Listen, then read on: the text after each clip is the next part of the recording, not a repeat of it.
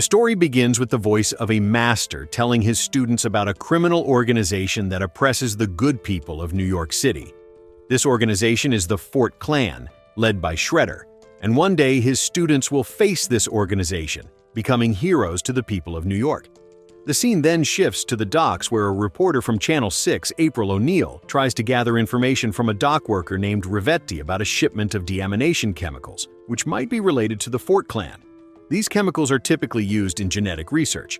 However, since she doesn't get any useful information, April's colleague, Vernon Fenwick, suggests they cover a fitness event instead. After attending the fitness coverage, April feels that the news she's covering is boring. Wanting to write an important article about significant events, April decides to leave on her bike and contacts Rivetti again, which bothers and angers him. In the end, Rivetti directs April to meet his associate at the docks for an interview. Eager, April heads to the docks at night. There, she stumbles upon a group of armed Fort Klan members looting cargo. The group is led by Lieutenant Karai. Seeing this, April immediately contacts her colleagues at the office to send a cameraman to the docks. However, before she can explain what she's witnessing, her colleague ignores her and hangs up. So, April moves to another side of the dock to record the Fort Klan's actions. Unfortunately, her phone battery is low. Determined to get a closer look, April does so and sees a figure moving incredibly fast, defeating the Fort Klan members.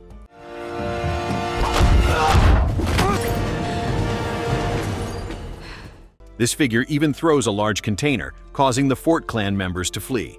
After they escape, April notices a symbol created by the figure and takes a photo of it. However, because the figure moved too quickly, she fails to capture its image. April then tells her roommate, Taylor, about what happened, but Taylor dismisses it as a fantasy. The next morning, April reports her findings to her boss, Bernadette Thompson, and her colleagues. But because she has no real proof, only the photo of the symbol, they don't believe her. Meanwhile, the NYPD works with Eric Sachs, the owner of SAK Group Inc., which manufactures security technology, to take down the Fort Klan. Back at the Fort Klan's hideout, a bald man with his hands tied behind his back is being beaten by Fort Klan soldiers. But the bald man manages to take down the soldier even with his hands tied. It turns out this bald man is none other than the Shredder. Karai reports about the dock incident, telling Shredder that the one who attacked them is not human. However, Shredder doesn't believe her and orders the capture of this mysterious figure at all costs. Meanwhile, Eric Sachs holds an event attended by many guests and journalists, including April and Vernon. April approaches Sachs to express her admiration for his success, considering that Sachs once worked with her father, Dr. O'Neil, on a project before Dr. O'Neil passed away. Later that night, when April and Vernon are stuck in traffic, they see dozens of people fleeing in fear from the subway. Instead of avoiding the chaos, April rushes toward the subway and discovers the Fort Klan attacking and taking hostages. One of the Fort Klan members notices April and captures her as well. April does her best to record the event until the 4 mysterious figures she has been waiting for appear. They manage to defeat the Fort Klan members and bind them in a short amount of time before disappearing through the roof.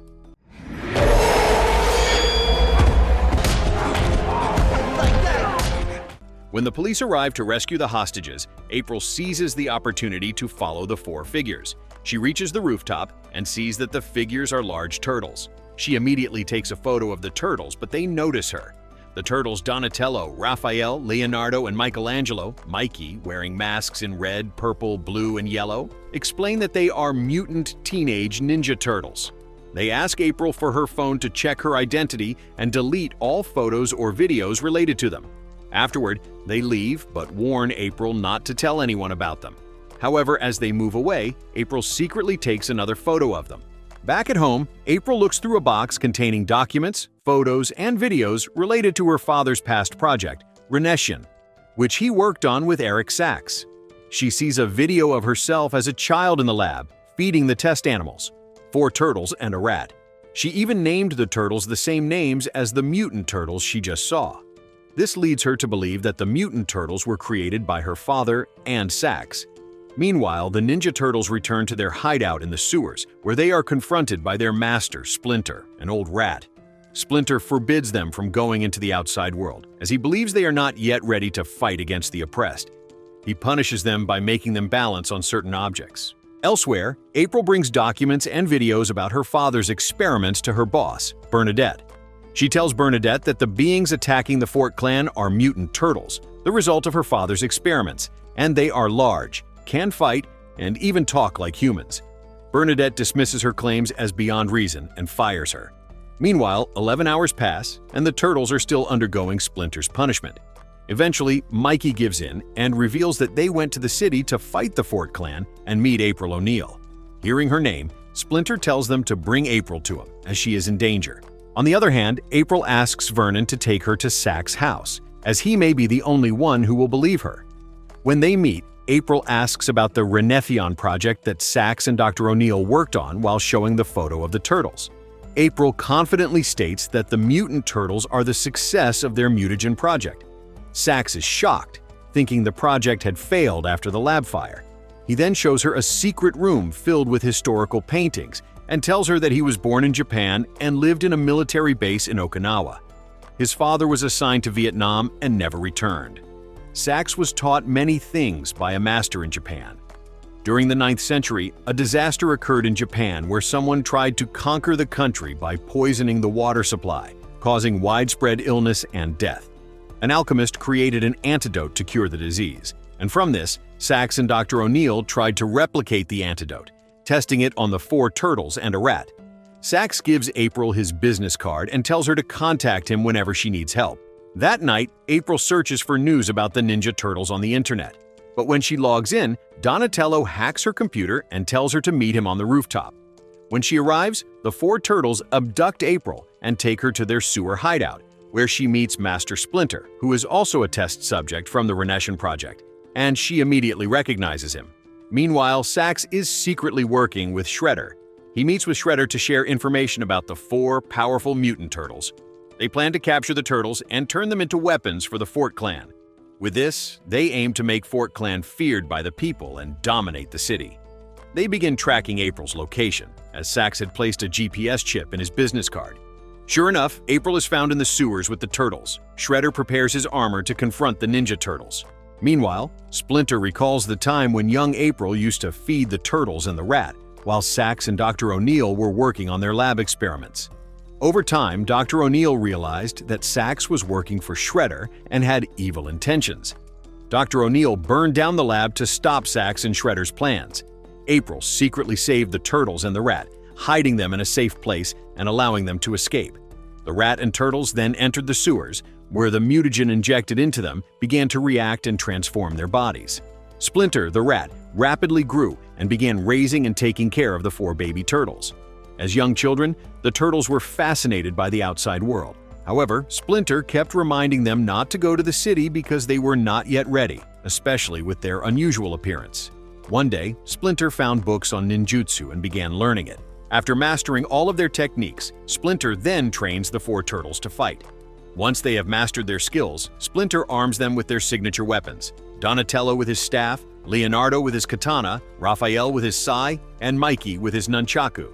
Splinter and the 4 Ninja Turtles then express their gratitude to April for saving them all those years ago, ensuring that the mutagen kept them alive. Splinter also informs April that Sax is not part of their group, because Sax has been influenced by the Dark Lord, Shredder, who turns out to be Sax's master in Japan. This is why Splinter does not want his children to go out into the world, as their mutagen abilities would make them a target for the Fort Clan. Sure enough, the Fort Clan has tracked them down to the sewers using the GPS chip in Sax's business card that April had. Realizing the Fort Clan is near, Splinter asks Mikey to take April to safety, while the 4 turtles and Splinter confront the Fort Clan soldiers.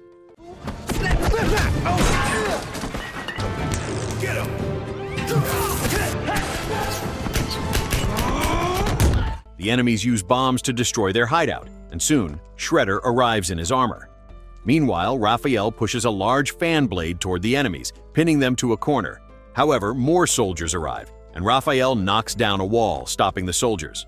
On the other side, Shredder's armor is now equipped with additional weapons, which make it easier for him to overpower Splinter. Seeing this, Leonardo tries to help his master, but the Fort Clan soldiers stun him with electric shocks. Just as Shredder is about to kill Splinter, April, who had been hiding, rushes out and stabs Shredder from behind. Furious, Shredder nearly attacks April, but Splinter quickly throws her to the side to shield her from the blow. As the Turtles try to save their master, Splinter closes a door between them and himself, ensuring April and his children stay safe. However, they continue to try to open the door and are ready to attack Shredder. Shredder lifts Splinter, threatening the Turtles to drop their weapons, or he will kill Splinter. The Turtles reluctantly drop their weapons. Shredder then delivers a powerful punch to Splinter's chest, knocking him down. Meanwhile, Fort Clan soldiers use electric shocks to incapacitate Leonardo, Donatello, and Mikey before capturing them. The soldiers then blow up the hideout, causing debris to fall on Splinter. After Shredder takes the three turtles away, April rushes to help Splinter. Raphael appears just in time to carry Splinter to safety for rest. Splinter then asks Raphael to save his brothers and stop Shredder. April contacts Vernon to pick her up. When they meet, Vernon is shocked to see Raphael, a large turtle-like human. This is when Vernon finally believes everything April had told him. Vernon then drives April and Raphael to Sack's house. Meanwhile, in Sack's lab, the Fort Clan soldiers have imprisoned the three turtles and are trying to extract their blood containing mutagen. Sax and Shredder plan to release a chemical toxin into the city, and when New York is under quarantine, Sax will pretend to be a hero, offering an antidote made from the turtles' mutagen blood. This will make the government pay a hefty price to Sax's company, allowing Shredder and Fort Clan to reap massive profits. Meanwhile, Vernon drives through the gates of Sack's house in his car. Raphael enters to fight the Fort Clan soldiers and try to rescue his brothers. Leo! At the same time, Shredder appears before Raphael, ready to battle the red-masked turtle. A fierce duel between Raphael and Shredder ensues, but Shredder's overwhelming strength eventually knocks Raphael down.